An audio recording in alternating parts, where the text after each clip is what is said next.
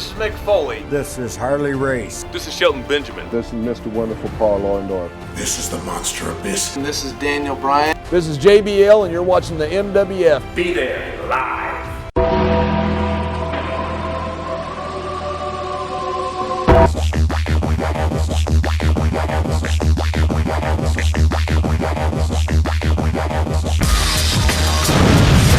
Wrestling fans around the corner, around the world, welcome to another bonus edition of Wrestling Insiders Current Events, where we go podcast style reviewing the latest and sometimes greatest episodes of professional wrestling in 2020. We are here at MWF Studios, downtown Melrose, Massachusetts, in the zip code of Champions 02176, while it is a fine Saturday evening when we gather on the Boston Wrestling Sports YouTube channel to engage, chat, get in cheap plugs, make super chat donations to keep the shows on the air, keep the legends working. Well, no.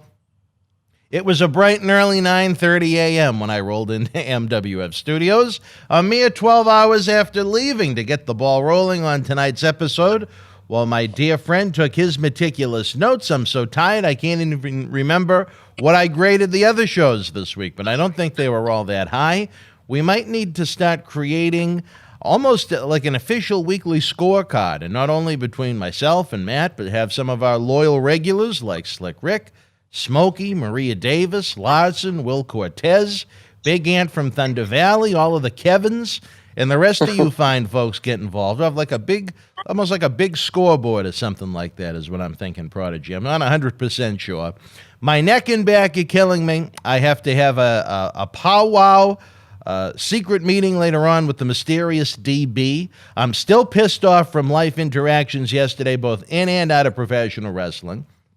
I'm still pissed Showcase Cinemas in Revere, Massachusetts is closing down this year as they have the best damn popcorn of any movie theater around, and I don't have enough Boost Oxygen to get me through this episode, even if it is available at fine retailers everywhere, as well as boostoxygen.com. I can't get there because my dilapidated body was blown up by a drunk driver with the iron cheek, and I haven't been actually behind the wheel since. I know pro sports also can be like politics, but I do have to say, Prodigy, that I'm happy that the Rays advanced in the MLB playoffs instead of the Yankees, even if I wish we were going to be amongst the lucky 11,500 in attendance for the NLCS.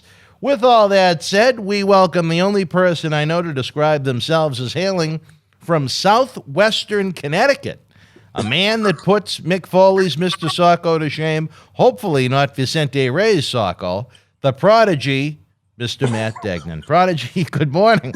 I'm good. Or good evening, I guess I should say.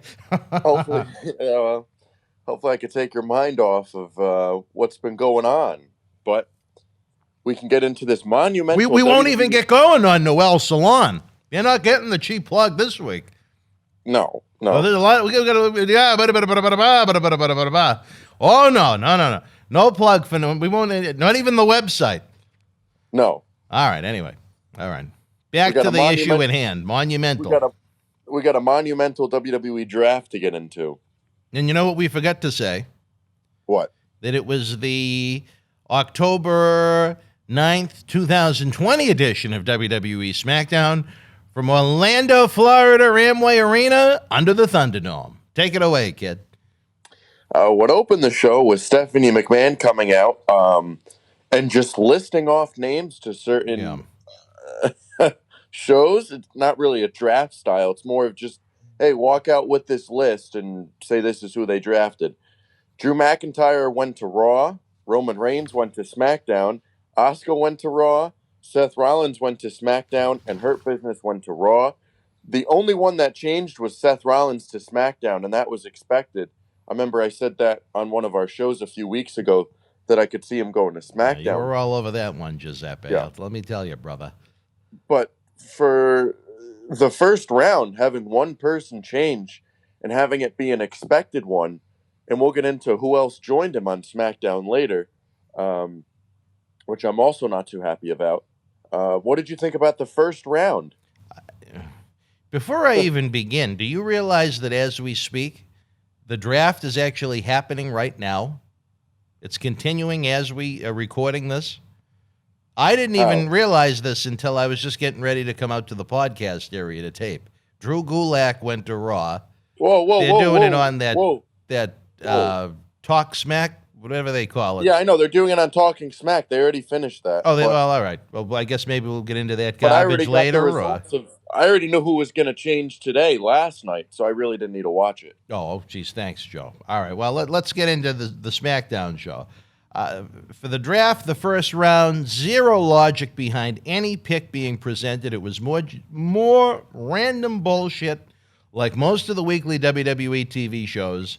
Wrestlers were just thrown out there. I can't imagine that anyone finalizing the writing, the creative, whatever you want to call it, to this show in the actual draft, have ever actually watched a professional sports draft presentation that actually uses logic and common sense, as those drafts actually have monster fan interest and draw big TV ratings. Instead, you might get a bounce of a couple of 100,000 extra fans for a week on one of the WWE TV shows. But if these extra human beings have ever watched pro sports, if they've ever watched a professional sports draft, they realize that this is complete and utter bullshit and roll their eyes. As someone that enjoys wrestling, works in wrestling, and owns WWE stock, it makes me angry that so much potential is wasted yet again this year.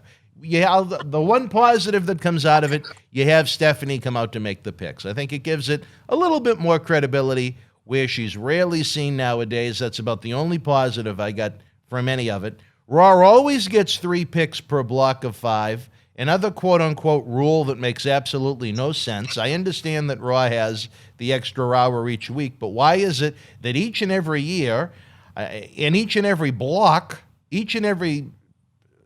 of picks, why does SmackDown always get the shaft and pick second? I don't know. What they should do is, if Raw's going to get 3 picks, they should have SmackDown pick first. Maybe that's the way to do it. That would make more sense, but it doesn't even feel like a draft. It's just a list of names and brands. It has no feel to it. And in the end, nobody cares. She just rattles them off. It has no real draft feel or even strategy behind it. Do you think that anyone that put this show together has ever watched a pro sports draft? No. Thank you. All right. And then at the end of it, the first, I don't even, what do you call them? Blocks of rounds? Is that what they are? Are they rounds? They're considered rounds. They're considered rounds. Okay. Well, let me tell you, I don't understand how after the first round, Raw came away with 6 wrestlers and SmackDown had 2. I just hated it. Well, it's because they can pick groups as one. Yeah. Like they can pick factions and tag teams as one pick. It just unless sucked. Unless they want to pick one person out of the faction. So I don't know. But I was getting ready for another fabulous Friday with John Cena Sr. in the piece as this was on. Yeah. I had about enough, and we were only about, 5-10 minutes into the show at this point. Yeah. All right, continue, fine sir. At least we got a good match after that first round. Big E defeated Sheamus in a Falls Count Anywhere match. I thought it was a good opening match to the show. I mean, it was a good Falls Count Anywhere match. At least they utilized, the gimmick of the match where the Falls Count Anywhere. And, sometimes you see these stipulations with WWE and they don't use them to the best abilities that they can. I like this kind of Big E much more than the fool he plays in New Day. I love the ending of the match. Big E hitting the big ending from the roof of the car through 2 tables to pin Sheamus in the parking lot. What did you think of this opening match? Here you go again. Not a bad match by any stretch of the imagination. A great effort from both guys. But you have the commentators going back and forth for making a joke out of it, and then they try and treat it seriously. You have guys cutting their skin open with kendo stick shots, then attacking each other with fucking pancake mix. What was it supposed to be? Was it supposed to appeal to adults, or was it supposed to appeal to 5-year-olds? A Big E going over with the big ending off of the car through a table, that was really good. I enjoyed the parts of it that had the serious spots.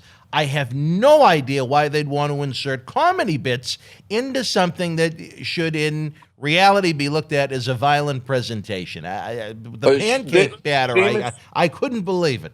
Sheamus threw the eggs and the pancake. Yeah, that was funny. Mix in his face. I'm not saying it's funny. Because there's always eggs and pancake mix laying around professional wrestling locker rooms. That's what I said. I said, why are there like 50 eggs back there? And they're all open, too. Who leaves open cartons of eggs just sitting back there? But it's just the lack of common sense and the small attention to details. I know their aim there was to be funny, but when the ratings just continue to plummet for decades, it's not funny to the people that are watching because they tune out. I guess they were trying to attempt to make fun of Big E because Sheamus was thrown in his face. Yeah, it was hysterical, yeah. That's why I said it was an attempt. A big attempt, like Big E and the big ending. And they were just, I guess, trying to mock Big E for liking pancakes. I don't know, but wasn't that good. And then after this match, New Day reunited backstage for only about, I would say, an hour. What do you think about the New Day returning and reuniting for about an hour? Well, it was good to see Xavier Woods back after injury. I think he adds something to the show. I think he's one of the few guys that I enjoy in a quote-unquote sports entertainment presentation. I think he's one of the few that can pull it off with credibility that doesn't always make the eyes roll. Sometimes the comedy, even with New Day, can go a little too far. But Xavier Woods, what Xavier Woods does to perfection. The next segment, Roman Reigns and Jey Uso go face-to-face. A video recapped their feud so far before Roman came out to confront him. And then Roman never came out and ended up addressing him from backstage. As I don't know why the announcer said that Jey Uso is going to confront Roman Reigns tonight, and he never came out. Roman Reigns then says their Hell in a Cell match will now be an I Quit match, with the Cell still being around the ring. What do you think about the new stipulation to this match in a few weeks? My first thought was, why have it be in Hell in a Cell? But, I guess it's the small things in life. Why not just have it be an I Quit match when the Cell really isn't going to come into play to begin with, and they already have plenty of other Cell matches that night?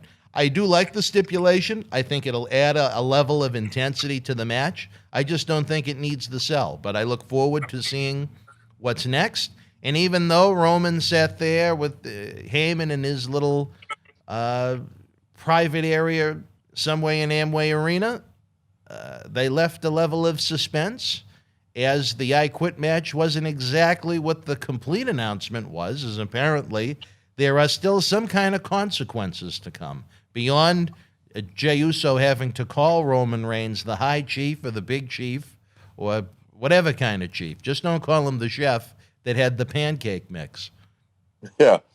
I mean, I know I think you've said this before and other people have as well. Just get rid of the Hell in a Cell pay-per-view. It forces them to use the Hell in a Cell. Like, you don't need to use it every October, near Halloween, to make it seem spooky and scary and whatever. And it's just get rid of it. We don't want to get John Cena Sr. talking about spooky again. Yeah. It didn't go well last time. But I think they should just scrap the whole pay-per-view and go back to the, get rid of these Elimination Chamber, Hell in a Cell, TLC, these gimmick pay-per-views that force them to do these matches, I kind of half agree with you on that one. I do like Hell in the Cell around October, around Halloween. I think it's kind of a good fit. It's just the Cell is worthless where there's no element of violence to it.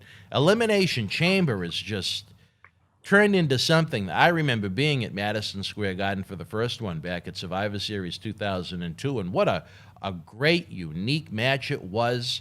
You had that element of violence. You had the blood. You had the unknown. You had, the boom, boom, boom, boom, boom, before the lights would come down on each pod, wondering who was going to come in next. Boom, boom, boom, boom, boom, boom, boom, boom. Is that Drew McIntyre's thing? No. I'll do that one later on. No, they have the little song right before the pod opens up. I think it's hilarious. All right, well, I'm glad you enjoyed my even reenactment of it. But Yeah. with Even that, still, now what it's turned into, it's just, again, you can't have just one chamber match. You have to have several. Now you have to have the women's chamber matches. To tone down the violence in the chamber now, because you have the women's matches, you have to have pads on the actual chamber itself. Pads in the chamber. Yeah, because they went from having this steel floors, now they have the padding on They top have pads. They don't But want the ladies to hurt themselves. It just forces them to do these matches. I would rather just have it be called like No Way Out, like they use it. Just I don't know. I like the unique pay-per-views and not these gimmicked ones. But what are you gonna do? I'd pull Elimination Chamber out once every few years. Because yeah. it's also a match where, here's another problem that you've turned into with Elimination Chamber. You have to have 5 guys do jobs. And if you really want to have a really solid match, that's a lot of top guys doing jobs in one night. You know what I mean? So what has Elimination Chamber turned into? Oh, say the last probably at least 10 years, you have mid-card guys thrown into it. Just so you have non-top guys doing the jobs. And therefore you take away the importance of the match. Yeah. We'll move into the second round of the monumental WWE draft from last night. AJ Styles went to Raw. Sasha Banks went to SmackDown. Naomi went to Raw. Bianca Belair went to SmackDown. Shayna Baszler and Nia Jax went to Raw. This was basically an all-women's round. I mean, with AJ Styles' hair, I guess you could say he fits the bill. But what I hated was the video from AJ Styles of him, talking about going to Raw. If this is a draft and no one knows where they're going and these people are picking the people, how does he already have a video? I mean, I'm talking storyline-wise here, not more of a common sense way. Why would he already have a video already done and made if it's a draft and no one knows where they're going and they're getting picked? You know what I mean? Wasn't the video, didn't it play after the selection? It played after, but it played 2 seconds after. But what I'm saying is if it's a real draft, I could see if he came out and said something, but it was a pre-recorded promo from his house. Or maybe he was live on Zoom, just in case. He did it off of his phone or something. I remember that it happened. I don't remember. I think that was one of those segments when I was working on the computer and just kind of listening in the background. Because I do remember my reaction to the round itself, which I'm going to get into. But I don't remember the visual presentation behind the promo. I remember he spoke. He was sitting in his house. It looked like an office of some sorts. And he was just talking about how he's going to go back to Raw and stuff like that. It's funny because he was on Raw just a few months ago. They moved him over to SmackDown because he had a little thing with Paul Heyman in the Raw roster. Traded him to SmackDown for, it was for Dolph Ziggler and Robert Roode. And that was that. So I'll break down this round. So AJ Styles to Raw. I mean, that's not really a big change since he was there a few months ago. Sasha Banks to SmackDown. She was already on SmackDown. Naomi to Raw. She really hasn't done much on SmackDown, so that's not a big change. Bianca Belair to SmackDown. She hasn't done much on Raw, so that's not really a big change, if anything.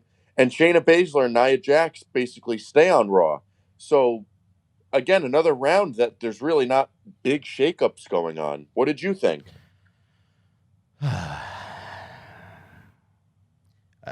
What a pathetic round. To have these women presented as if they're bigger stars than so many of the money-drawing male wrestlers, it's insulting more than anything. Even more mind-blowing to me. Why the fuck are the women tag team champions even in the draft if they can defend the title across all 3 brands? If you're Raw, why would you waste a pick on someone in theory you could take at any time to defend those titles? I guess maybe the thought process, if they lose, you still get to keep them. I don't know, because it's never explained. But I mean, you're trying to sell me that anyone with any common sense in or out of professional wrestling, whether real life, whether it be a storyline, would pick some of these women over Rey Mysterio, over Jey Uso, who's main eventing the next pay-per-view. Really makes him seem important to have Naomi and Bianca Belair picked before him, or even New Day. WWE is so caught up in this women's PC bullshit that they're ruining their own product. And that comes from someone that owns WWE stock and wants to see the stock price go up. If they stopped insulting the people's intelligence, maybe the stock price would go up, where it was over $100 at one point, and now it's flopped all the way down into, I think it was trading at a little over 40 yesterday. You're getting me going, kid, and I know it's not your fault. I'm not mad at you. How about that? Nor am I mad at all of the great fans at home. As Dan calms down at MWF Studios, we'll move into the next I was told, it's almost like, even though, well, nowadays we have our 3 regular weekly talk shows with Tony Tuesdays at 9, Marty Thursdays at 9, John Cena Sr. Fridays at 10, although that could be changing. We have our pay-per-view live watch-alongs that we have a lot of fun with. But when we break down these TV shows, we have to do it podcast style because, of course, you are in Southwestern Connecticut. But Raw seems to be... it's almost like how WWE should present their TV shows, where they all don't feel the same. Even though these are done podcast style, and it's basically just looking at nice, fancy graphics and cheap plugs throughout the duration of the review, Raw is just kind of... that's almost the one for everybody. Thursday can get a little unexpected where we have the Quincy run-in. And Saturday, where we have to tape it so early in the morning, you get the much more blunt, grumpy, opinionated, honest Dan than you do the one that can sometimes try and be a little bit more PC, where we do have so many wonderful friends in WWE. But on Saturday morning, again, where I probably left the studio less than 12 hours before I had to come back at 9:30 a.m., the PC Dan isn't quite there. You know what I mean? No holds barred. That's right. So at least our review shows have a little bit more variety to them than WWE's. But we don't have a Thunderdome. We got Johnny's Dome. Yeah. All right, continue, sir, please. The next match, Matt Riddle and Jeff Hardy defeated John Morrison and The Miz. It was a random tag team match that started from some Twitter fight earlier in the day where Matt Riddle said, if I get changed brands or Jeff Hardy changes brands or whatever, I want to have a tag match with him because I was a fan of him when I was younger. And then Miz and Morrison chimed in and the match was made by some. When who was younger? Matt Riddle. Oh, okay. And some, as you say, some higher being made this match official. The big thing from this match, Lars Sullivan returned and attacked everybody in the ring and took everyone out. Not like when he took that guy out in that video from a couple years ago, but I guess we could talk about that at another time if we want to. That was a big push of a different kind. Yeah, a big finish too. What did you think of Lars Sullivan returning? Well, to go over the whole match, the match itself wasn't that bad. I don't understand. I think Riddle needs to come up with a more devastating finisher. It almost looks like he's doing a body slam of some kind. Again, not to be 69 body slam. Not to be confused with the Lars Sullivan body slam, but again, Riddle and Hardy apparently became tag team partners on Twitter, which, believe it or not, I missed that. Instead of actually using their 2-hour platform on network television last week to put a match together that might interest the fans, they used Twitter, which probably resonated with the fans that did see the post for about 45 seconds. Then you have Lars Sullivan run in. It was perfect. He was ferocious. It's what AEW should be doing with Miro. And it looks like Lars is right back to where he was when he left off, which is for an absolute monster of a push. They had him destroy 4 guys. And I have to say this, all 4 guys have credibility to some extent, especially Jeff Hardy. I mean, when he departed, I think, my God, that was probably, early 2018. I mean, huge things were planned for Lars Sullivan to the point they he left in June 2019. He left in June 2019. He had double knee surgery. He was supposed to be out until June 2020, and then it got pushed back because it was an uphill battle and his recovery wasn't doing that good. Well, so he came back now. I mean, I like Lars Sullivan. He's, as we always talk about, there's few guys now that look the part of a pro wrestler. You change the channel and put them on a poster, and they look, dominant. But I know he was around in early 20. I mean, early.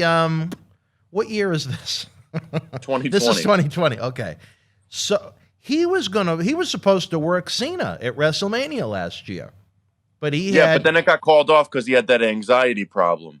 So that's what I mean. So he has been gone for quite a while, even before he had knee surgery. He came back after WrestleMania for a little bit. Remember, he debuted by attacking Kurt Angle. I remember that, and then I don't ever remember him coming back once he left. I must have missed. Yeah, because June 2019 was when he got injured or when he left, but he missed a little bit around WrestleMania, and then he came back after for a little bit, and then. Are you sure he actually came back on TV? Yeah. Huh. I don't remember it, but I won't call you a liar. I mean, I've been reading articles about it all morning and all night. We know you and your articles, but yeah. But it was perfect execution of the man. It was good. It was something they did right. Isn't that nice to say? They did it perfectly. I'll say this now. The first hour was much better than the second hour, which we're about to get into. Yeah. We'll get into the third round of the draft. Oh, another doozy. Ricochet goes to Raw. Jey Uso goes to SmackDown. Mandy Rose goes to Raw. Rey Mysterio and Dominic Mysterio go to SmackDown. Miz and Morrison go to Raw. Before you say anything, I'll break it down for a second. So Ricochet stays on Raw, not a big change. Jey Uso stays on SmackDown, not a big change. Mandy Rose stays on Raw, not a big change. The two changes that we get are the Mysterios to SmackDown, Miz and Morrison to Raw. Miz and Morrison, they were rumored to go to Raw anyway, so that wasn't too big of a change. The big thing here is the Mysterios going to SmackDown. And now, as we said before, Buddy Murphy's going to be going to SmackDown. And you have Seth Rollins on SmackDown. I have a very, very bad feeling that we're going to see the same feud between the Mysterios and Rollins just moved over to SmackDown, and that is not a good thing. No one cares about it. It's been going on for way too long. As you say, nobody cares, and it's just going to be prolonged even more. What did you think about the third round of the draft? Well, as I've said probably every time he's come up in conversation, I think that Ricochet could be the Rey Mysterio of the next decade. He has that much talent. He has that much charisma. He's not a bad promo. He's got a great look to him. But the problem is he's been treated as an enhancement talent for most of 2020. It almost looked like he was treated with respect in this round, where he was taken before. One of the main event participants in Hell in the Cell, Rey Mysterio, and another former world champion in The Miz. But I think I don't have high hopes for much to change for Ricochet on Raw, even though he was selected in a pretty good spot in this round. Then you have to ask yourself the question, why bother to send Mandy Rose to Raw a few weeks ago in a storyline that nobody cares about or wants to see, only to keep her there in the draft? Then you're going to have the boring Mysterio and Rollins feud continue on SmackDown, where you have the Aaliyah, whatever her name is, dynamic with Buddy Murphy, who was so unimportant they didn't even draft him on television last night. I'm angry. All I can say is that hopefully Angie will go along in the draft with the Mysterio family, so she can get the whole family was drafted. Hopefully she can get a chance to finally utter one sentence in her 18th television appearance the next time she's on. I understand there's Vegas betting going on right now on who speaks first, Angie Mysterio or the baby on The Simpsons. I don't know. And on top of that, last but not least, I don't know why Miz is not on Raw already, where he has the reality TV show on Yeah. USA. I think he should always be on USA. They should have never taken him off. But Yeah, no big deal either way. Yeah. Not like What's the anybody there baby's cares, name on The but Simpsons? Not Maggie. Maggie's the one that does speak. What's the baby's name on The Simpsons? I have no. Well, that's I'm Angie Mysterio to me. Neither one of them speak. And I'm they're more of a probably, at Family this Guy point, person. the baby on The Simpsons is probably about the same age as Angie Mysterio. Yeah, at this point. The next match, Bayley and Sasha Banks, ends in disqualification because why not? This leads to their Hell in a Cell match in a few weeks, which is now confirmed. It'll be for the SmackDown Women's title. Everyone expected this finish to be messed up or have some weird type of ending or not even start at all. I said, why even have this match? You could have set up the Hell in a Cell match in a better fashion or more clean fashion that made more sense. But hey, it's WWE we're talking about. So I said it a few weeks ago in our watch along that I just couldn't see this match ending in any type of clean way. But whatever. I mean, they always seem to set up these bigger matches down the road by having them do a match, end in disqualification or run in. You set up the later match, at a pay-per-view and put a stipulation on it, and there you go. That's how you build your match. It's just lazy. The match was 2 minutes. Sasha grabs a chair, hits Bayley. She goes backstage. She cuts a promo. Bayley, you want hell? I'll give you hell in a cell. And it's just, ugh. What did you think of it, if anything at all? Well, for what they did, it was better than I expected it to be. They actually acted like they hated each other, but unfortunately, it's just, to me, it's like cosplay Rey Mysterio and Eddie Guerrero. How did I phrase that a minute ago? I'm a tired man. It was like cosplay Eddie Guerrero and Randy Savage, who they love so much and want to emulate. I actually, as much as I hate count-out and disqualification finishes, it was the right choice here, where they're going to bring it back unfortunately, they're going to bring it back at the Hell in the Cell pay-per-view. If they were hell-bent on keeping it going, what I would have liked to have seen was the two of them be separated on brands, have Bayley hold on to the belt, have Sasha win the Women's Rumble, and have them go at it at WrestleMania. As this storyline that never ends has already been going on for several years, where they first started teasing the match, probably, I think, in 2017. But that's a different story for a different time, I guess. I mean, I said a couple weeks ago about her winning the Rumble, too, and facing her at Mania. But Bayley can actually still be drafted to Raw because she's in the Monday night pool. What about her chair? Yeah.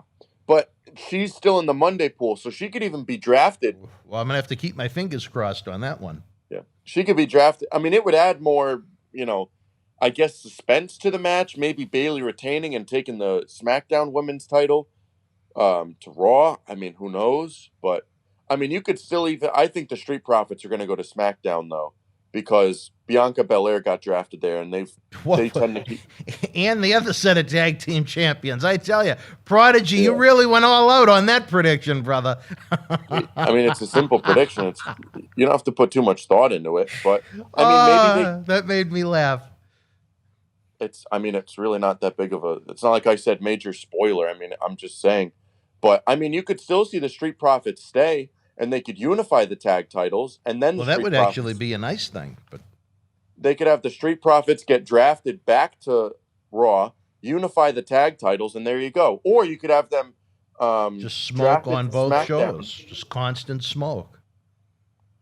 Drafted to SmackDown, and then have them do a unified tag title match on Raw. I don't know. Just shooting ideas out there. Doesn't take too much thought with this WWE. Then as we're talking about the tag champions, New Day defeated Shinsuke Nakamura and Cesaro to become the new SmackDown tag champions just an hour after reuniting. Two guys that haven't done, one of them hasn't done anything in over a year. The other hasn't done anything in months. They reunite backstage and all of a sudden have a SmackDown tag title match. It's so stupid. The match was announced in the middle of the show for no reason by Stephanie McMahon walking up to the podium, and now New Day will get their shot at the SmackDown tag titles. Oh, it had no feel to it. I mean, everyone knows I don't like random tag matches for the titles, or any title for that fact, especially when people don't earn them or haven't done anything significant. I could see if people have a little bit of a win streak, have done a few things in the past, then they can kind of get rewarded with a title shot. But when these guys have been off TV, one for a year, the other for months, and they just get handed a tag title match, not even just get handed it, but they win it. That's just, I think it's so stupid. But what did you think of it? Well, I thought it was a really solid match. As I noted a little while ago, I love the New Day. They're one of the few that I enjoy in a sports entertainment presentation. I think and I absolutely love the human being. I think Kofi Kingston is one of the great athletes in WWE history. I loved having him here in the MWF. He's a really funny guy. He's a very smart guy. And, I don't like quote-unquote sports entertainment much, but these guys do sports entertainment well. I just don't think it suited Kofi when they gave him the world title last year at WrestleMania. As far as this match goes, again, solid match. Should it have been built up as something big for next week's SmackDown season premiere? Yes. Or maybe the pay-per-view? Yes. Instead a match people will probably forget about in a week or two, even with Woods being out for so long. It was a good match, but it was a wasted opportunity for them to do something bigger with it. And they just tried to force, what's coming up next as we go into round 4 of the draft is I think they're going to split Nakamura and Cesaro on Monday night. I think that's kind of why the artist. I think they're going to break them up. The artist. As we move into round 4 here, we'll find out more of a reason why they had New Day win the tag titles and reunite just an hour before. Kofi Kingston and Xavier Woods will go to Raw. Big E's going to stay on SmackDown. And those two, they telegraphed completely. They were still in the ring when Stephanie came out, and they had the camera right on them as she was talking. And I said out loud, I'm like, they're going to get broken up if they're going to have Stephanie come out while they're still in the ring and just won the tag title. So I thought that was a little telegraphed right there.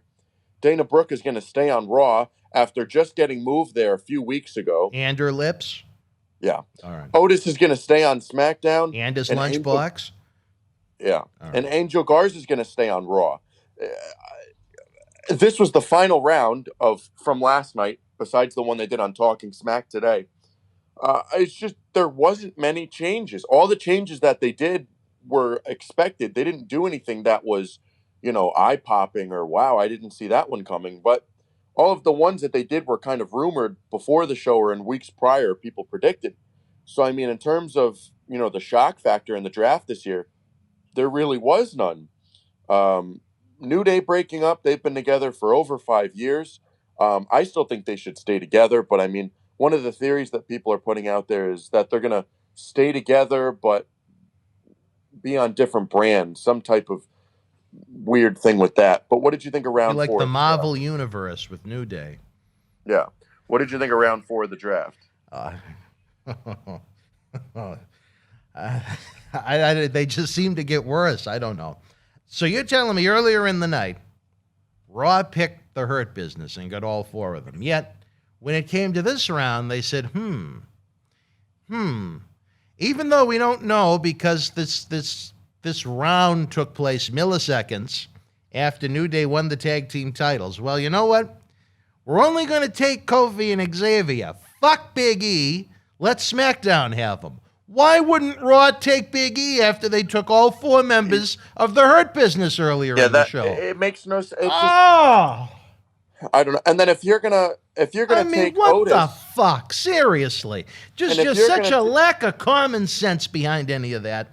I'm not even done with this round yet, but you had a point to make.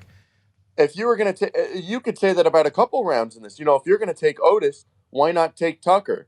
And then, they took both of the Mysterio son and father before. But then even Angel Garza, as I said on the show Tuesday, that they were going to break up him and Andrade. So this basically means Andrade will go to SmackDown, which Why I think does it mean that? Because they're going to be breaking them up, as I said on Tuesday, as I just reiterated now. That doesn't mean they have to break them up just because they're broken up as a tag team. It doesn't mean they have to go to different brands. I think Andrade will go to SmackDown, but you can continue on this round. All right, and then to continue with the complete lack of fucking common sense in all of this, Dana Brooke is selected before fucking Otis, his lunchbox, and his briefcase. This guy that could potentially go in and win the world title at any minute is so insignificant. He was taken after Dana Brooke in those giant, monstrous, hell-in-the-cell size lips. I mean, I was at a loss. Dana Brooke is taken ahead of a guy that's going to be working on or near the top of WWE probably for the next decade in Angel Gaza. Yet they just put the woman on Raw, what was it, last week? Because they didn't have anybody else? This is why I hate it.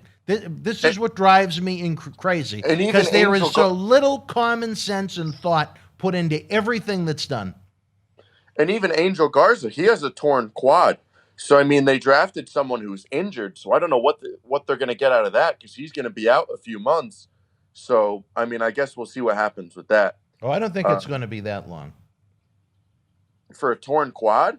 I think it's not as serious. I don't remember someone told me it's only going to be a few weeks. Well, we'll find out. But we'll move into the main event. The Fiend. I wasn't even done, but that's all right. That's okay. All right. I didn't know if you were done or not. No, I was going to joke. Well, you should have. Yeah, how about you should ask? How about that? You should ask. I politely wait for you to be done speaking before I begin my reviews. This is almost like Kamala Harris and Mike Pence the other night. I need to say, "Excuse me, I'm speaking." Go ahead. My one final thought was I think it's pretty safe to see, and these are from my notes, even though you kind of already alluded to the fact. I think it's pretty safe to say with Belair already drafted to SmackDown and the SmackDown Tag Team Champions going to Raw that the Street Profits will be joining her come Monday after Raw's version of this clusterfuck. Continue, sir. The Fiend, Bray Wyatt, defeated Kevin Owens. I mean, it was a decent main event, nothing great. I thought it was an interesting thing to put in the main event time slot as it really didn't pertain to what they were trying to do with the whole night in the draft and doing, whatever. I think Kevin Owens will be going over to SmackDown and the Fiend will be going over to Raw. That's why they had this little inter-brand type of feud to get their last little kicks in on each brand and to kind of introduce the viewers of each show to each person before they fully go over to the other one. I mean, wasn't a great main event, wasn't a horrible main event, but just decent, I guess you could say. But as I said, KO to SmackDown and Wyatt to Raw. That's your prediction. Yep.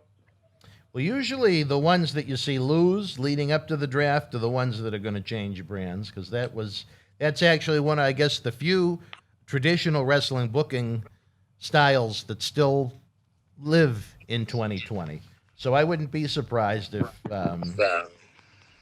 well, wait a minute. So is Owens on Raw now? Owens is on Raw, so I think he'll be going to SmackDown. Where he lost here, I'm going to... who gives a fucking reality? But if I was going to have him come to SmackDown, I'd want him going over in a match, not losing. But that's just... like I said, at this point, who cares? The match itself, it was too long. It was not good. I wouldn't have The Fiend wrestle on free TV, similar to how they use Brock Lesnar. To me, Owens is boring. It feels like the same match, whether he's a babyface or a heel. And then you have Fiend and Bliss look at each other on stage to end the show. Alexa taking the page out of Deidre Hall from 1995 as apparently she's still possessed. And yet another storyline along the lines of Mandy Rose and Otis that no one absolutely gives a fuck about. Yeah, I mean, it was just a weird main event to end it. I mean, it got a little too much time, as you said.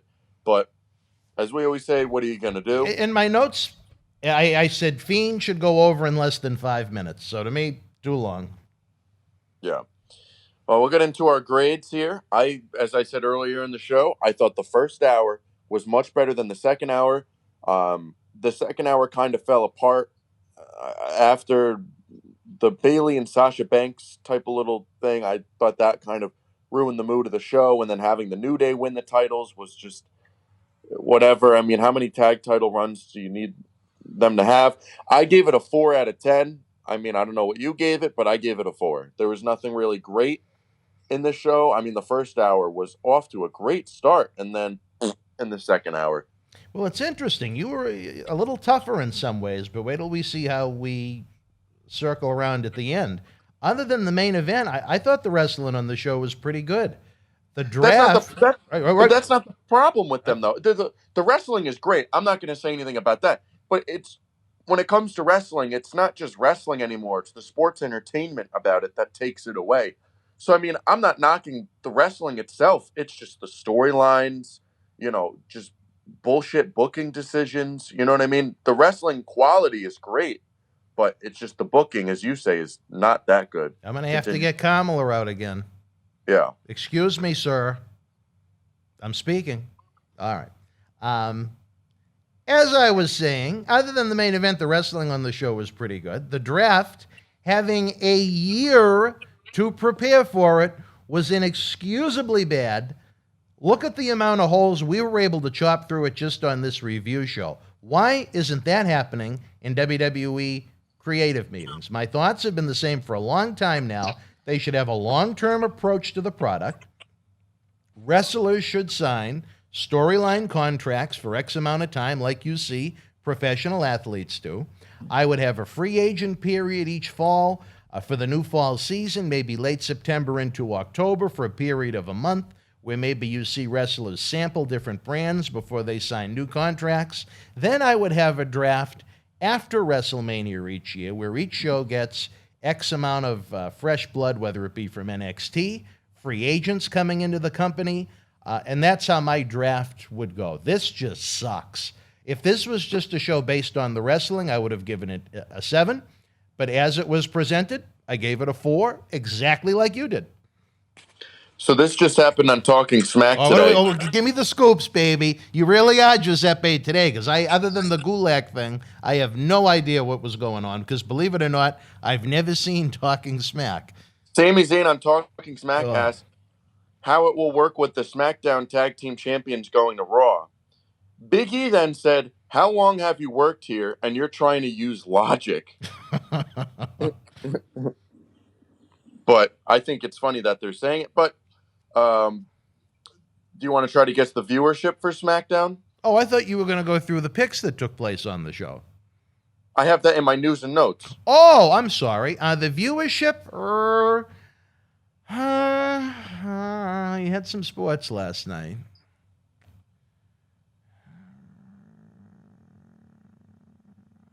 2-1. 2,087,000. I was within. Sometimes I impress myself with how close I get. Either that, or I know how bad it's going to be. I don't know whether that's good or bad. But anyway. I mean, even the thing about like the contracts and the free agents and stuff like that in the draft.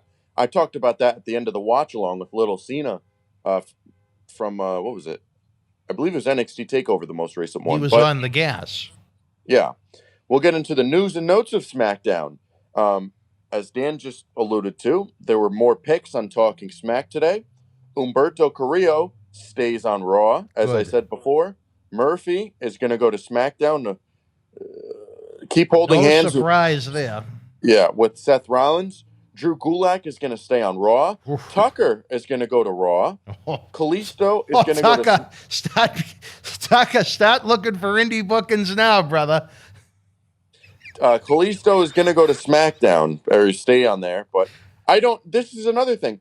I don't know why they wouldn't pick the entire Lucha House Party. And, I mean, I guess if you just like Kalisto, but why not pick all of them if you're able to? You know what I mean? But whatever. The free agents after night 1 are Mickie James, Chad Gable, Lindsay Dorado, and Grand Metalik. Yeah, and now that you say that makes even less sense that they didn't take all of them. And every round you can say that too. The only one that made sense was picking the Hurt Business. Yeah. And I don't know why. I know we're gonna Go shit on through this. the free agent. Who's the free agents? Mickey James, Well, Lucha Mickey House James Party. Mickey James is injured right now. She has a broken nose. I understand that, but I'm trying to think in my mind who's still available that wasn't Chad Gable, but Chad Little Shorty G. Okay. yeah, another person that should I get can't- ready to leave. I can't get over the fact that they didn't book Murphy in the draft, where he has been a reasonably pushed television character for just about the past year, I think, since they put him with Rollins, and he had that, at one point, a pretty pronounced feud with Aleister Black, where it looked like both of them were going to get a push coming out of it, and then they both just kind of died.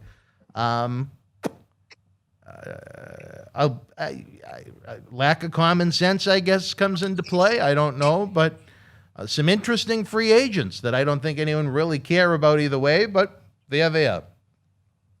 Yeah, I mean, again, I know we're going to talk about this on Tuesday, but we're on the subject of picking tag teams and stuff like that in groups.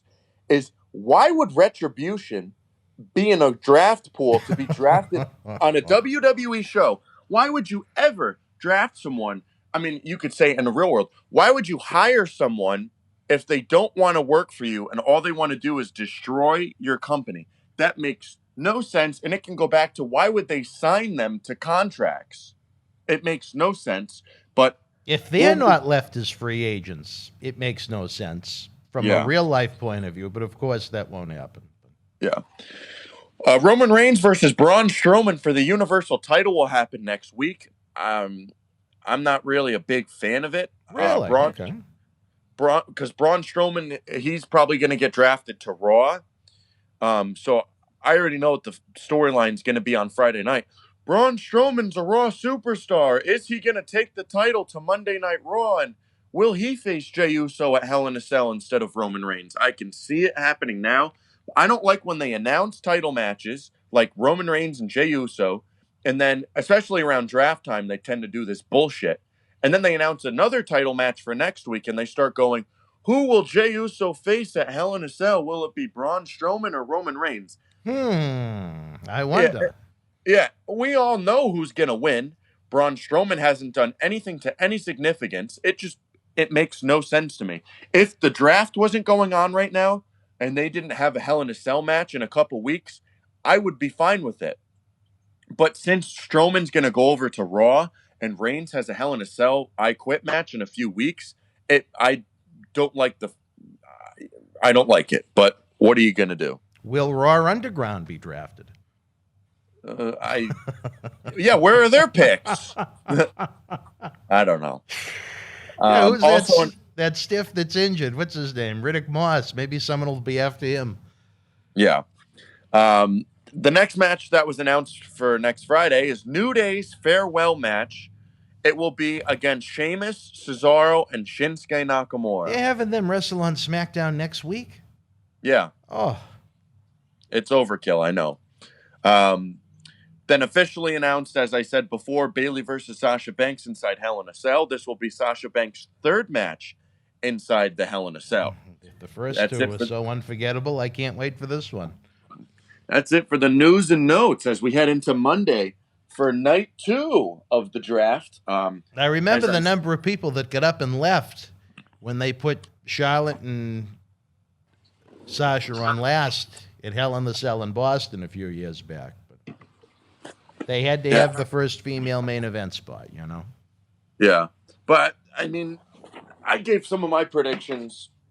Before I forget, I disagree with you. I actually like Roman and Strowman as a TV main event, where they've done it on pay-per-view so many times. As I said, I mean, if they didn't have that Hell in a Cell match announced, if the draft wasn't going on, I think it would be nice as a little season premiere type of thing. You know, have Strowman, get pinned by Roman, have Roman look really good against him. But, I mean, with just so many factors involved right now, I can't get into it. You know what I mean? There's no even just a little bit of a shock factor in it of could Braun Strowman win. There's no signs pointing to him winning at all. even to just the basic fans, it doesn't have that common sense reality to it at all. But what are you going to do? As I look back at this show, there's just so many flaws in the draft process, and it's just so disappointing. Where this is something that could be so much fun.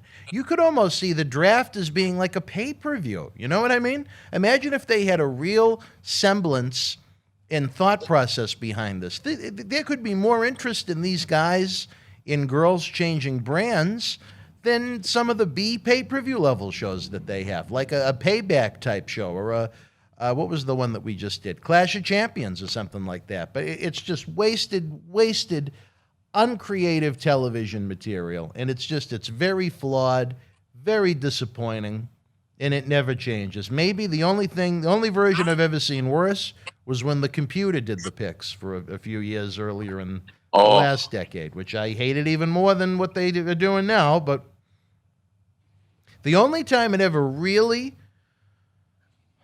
the two times I really liked it was the first year they did it with Vince and Rick Flair doing the picks when they separated the two shows into two different brands. And even in 2016 when they did the separation again between Raw and SmackDown, when Shane and Stephanie had Foley and Daniel Bryan working for them, they still did those big block group picks, which it makes everybody seem unimportant when you introduce them together. You know what I mean? It just seemed, as I said in the beginning, it's just rattled off names. It has no importance. And nothing gets over. Nothing sticks. Yeah, and there's no strategy to it. Like, it's awful. Say SmackDown has the second pick. Say they want to pick Drew McIntyre, and then he gets picked. Okay, then they have to go back and pick, their secondary option, Roman Reigns. Like, you know how people in the professional drafts, they have backup picks. Like, if I want this quarterback, yeah, and then he gets picked. All right, now we have to go back and view who else we want. They don't do that. If I have the number 3 pick in the the NFL draft, but teams 1 and 2, what if the guy I really want slips through to number 3? Yeah. No, there's the strategy could be very interesting. And then how I would like to see trades on draft night. Because it happens in regular sports where there's trade ups and trade downs and stuff like that, and people trade players for picks and stuff like that. I would like to see someone trade Kofi Kingston for like the 5th pick in the draft or something like that. I don't know. It's just I'd like to see it more realistic than just. I think the problem is you only have 2 teams in the draft. You know what I mean? I know, but I think still that's trade going a little too much. Is there someone would really want that bad that they'd trade Kofi Kingston for the 18th pick in the second round, or however the hell they do it? I understand your point. In theory, it's not a bad idea, but you only have if you ever included NXT into it, maybe that might be interesting if you had 3 different quote unquote teams drafting in the same night. That might add a little more intrigue to that. But where it's just the 2 to begin with, you're going to get the next one, but that's neither here nor there. Yeah. But I do like my idea. I like my idea of setting up. I don't know how exactly we're going to do it, but a way we can keep track of our great, regular, loyal viewers.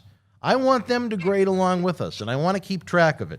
That's going to be a challenge for us this week to come up with a concept. Since we so easily knock some of WWE's creative decisions, you and I are going to come up with one, hopefully that'll, with no pun intended, knock the socks off of our viewers, and they can, almost be co-hosts with us each week when we give out our random 1 to 10 numbers. I'm not quite sure how we should execute it. What did you grade SmackDown this week? I gave it a 4, just like you did. Oh, okay. So we're on the same page. Yeah, we're going to have a challenge of a different sort next week. I haven't even thrown this out at you as I'm still trying to figure out the particulars. But in theory, we should be back next Saturday night.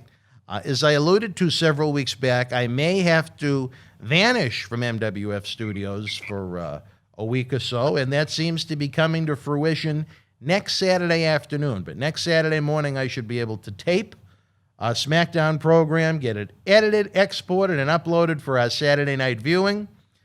We're going to have to be creative, you and I, though, if we're going to do a Raw review, not this week, but a week from this coming Monday. I don't know if there's a way we can do it, and you can record it in Southwestern Connecticut, Well, that audio week, style. You're that- going to be leaf peeping or something, are you not? yeah, I'm going to be out. I'm going to be on a little bit of a vacation from like the 18th to the 24th. So See, I'm still willing to put the work in, brother. I'm going to be gone, too. we could be willing to put the work in, but I don't know. If Well, there's what a way about we next Saturday? Next Saturday, will you be able Next to Saturday do the is SmackDown? fine. All right, so we have that covered. The It's Raw just on, which would be, let me take a look at the calendar. the 19th. The Raw of the 19th, you're not sure Yeah. how you could be able to do it. And I will not have access to technology, because I'm going to be Yeah. on that top secret, mysterious vacation. No, it's not really a vacation. It's more of a... business trip. It's a business endeavor that I'll enjoy vacation out of it. I Yeah. may come back a little bronzed. We'll have to wait and see. I may have a little, we'll have to, I don't want to give anything away. I know Maria's still trying to figure out who DB is. Her latest guest was Big Dave Batista. She was incorrect. Believe me, I wish we had Big Dave Batista come into the studio. But, and then I did figure out, though, where I come back. Oh, wait, what day did you say you're coming back from your leaf peeping or whatever the hell it is you're doing? The 24th. So you won't even be able to do AEW and NXT then? Probably, and I probably won't even be able to do SmackDown? Friday. Gee, are you going to have, I mean, how remote is this leaf peeping going to be that you won't have access to a television? I mean, I'll have it. I mean, I could still do it, but Yeah. we'll see. All right, well, so, folks, I was going above and beyond to try and make these shows happen in my absence, and the prodigy stiffs us to go leaf peeping.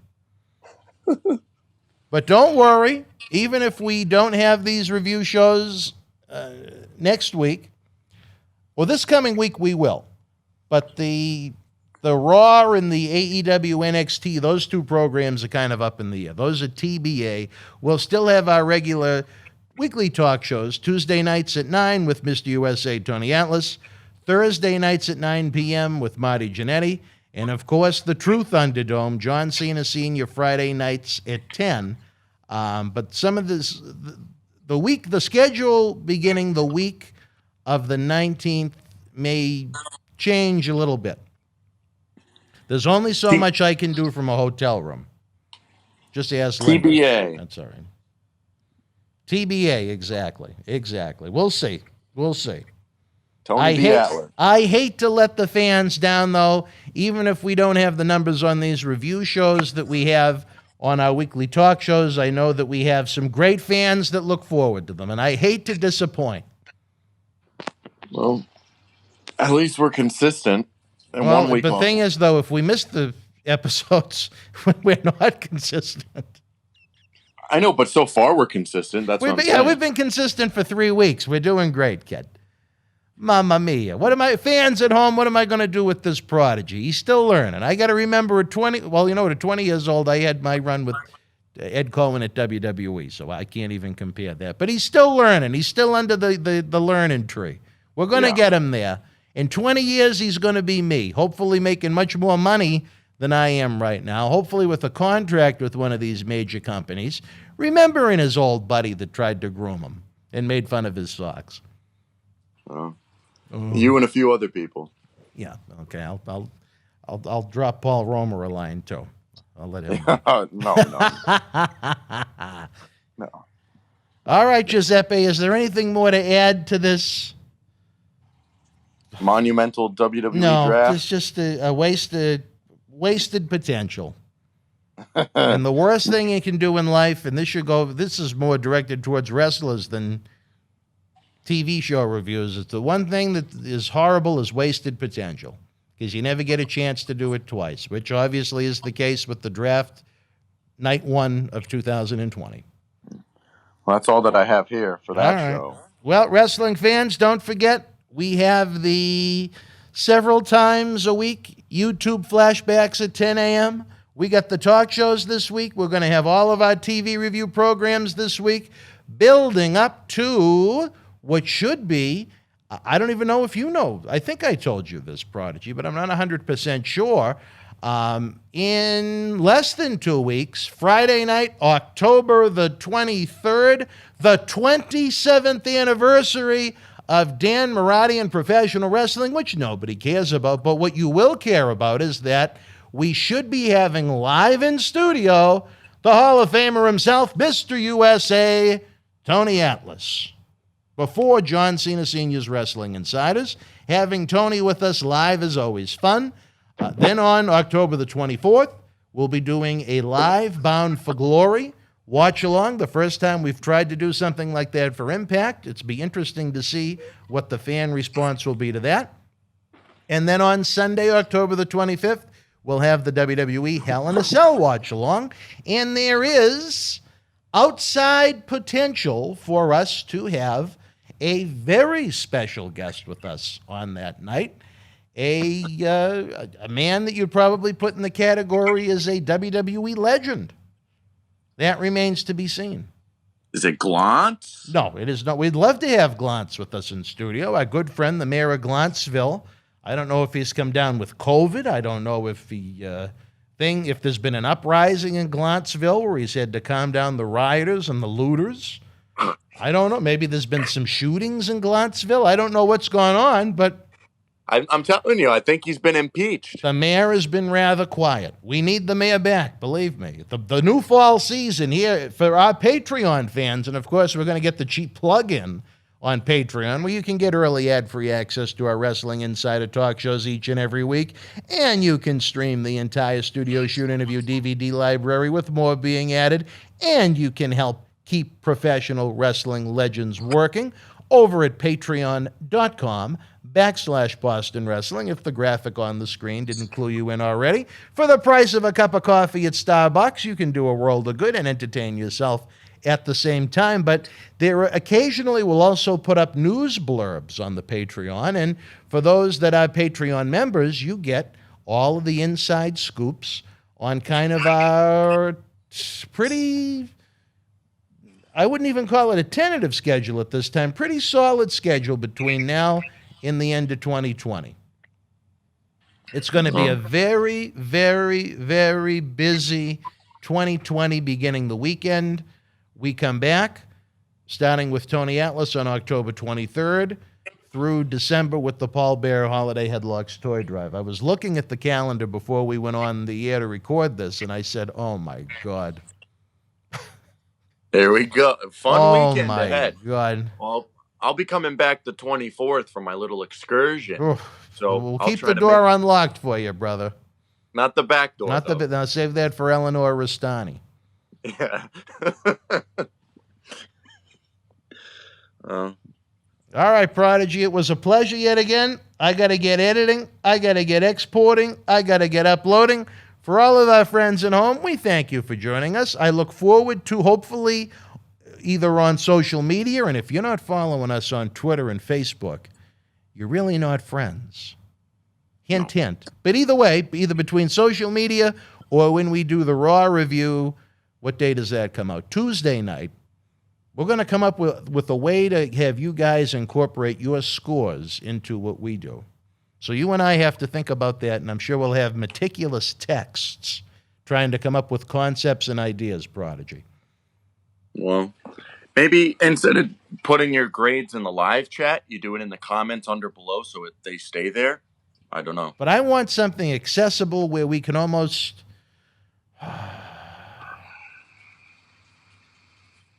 We're going to give it some thought. We'll come up with something better than that. Yeah. All right.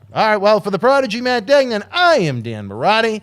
Give us a thumbs up. That helps a lot. Subscribe to the channel for free and enjoy over 2,000 free videos. That helps a lot. The holidays are coming. Do your shopping in the eBay store, baby. Great merchandise, and you help keep the wrestling legends working. I think the Patreon plug has been rocking throughout the whole show in the upper right-hand corner. If you're a video game aficionado, Baby Marati tells me that WWE Battlegrounds is a heck of a lot of fun. It is available at fine retailers everywhere, just like Boost Oxygen, which you can find at boostoxygen.com. wrestlinginsider.com. We will see you. When the hell are we going to see you? We'll see you just about every day on the YouTube channel with something new, but we'll be back with our Raw review Tuesday night, after which should be a fun discussion with Tony Atlas shooting on New Jack. Stand by on that one, folks. Good night.